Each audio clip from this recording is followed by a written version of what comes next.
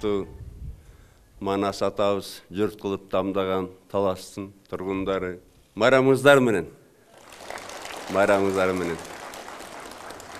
Мен şu esimde var, akırkı жолу келгенде 14-жылы эң көйгөйлүү маселе şu ортодогу өтүп аткан жол болчу, şu театр болчу. Анан ошондо бир өзүмө Кудайдан тиледим элем şu кеткенимче şu жолду, театрды бүтүрүп кетсем деп. Кудайга рахмат, мына анткени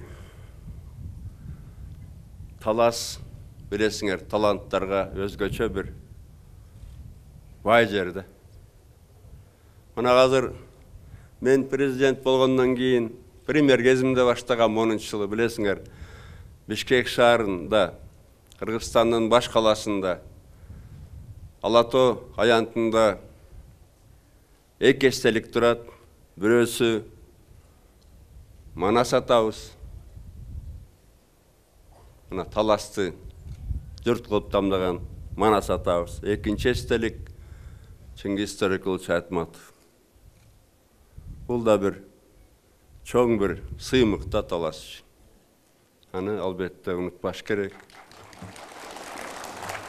Экөөнө теңдеш, бирөө чыгабы ким билет эми. Манас атабызга теңдеши чыкпайт го, бирок Чыңгыз абабызга, байкебизге тең бирөө чыгаттыр деген үмүтүм бар. Анткени кандай гана таланттар бияктан чыкпаган. Албетте айрымдары мен жакын тааныган адамдар кетип калды. Байдылда Сарнагоев байкебиз, Сүйүнбай Ильич кайгырып жөнөттүк билесиңер.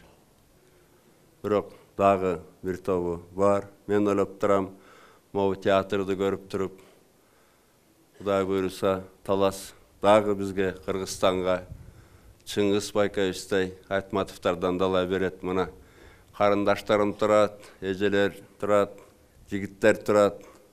Биз дагы Айтматовдорду күтөбүз Таластан.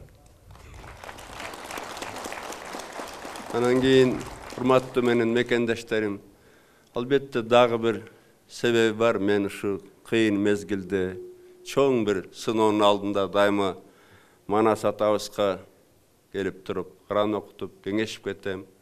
Бул 2000-жыл болобу, өзүмдүн шайлоо алдында 2011 болобу, башка болобу, дайыма жүрөгүмдө Манас ата.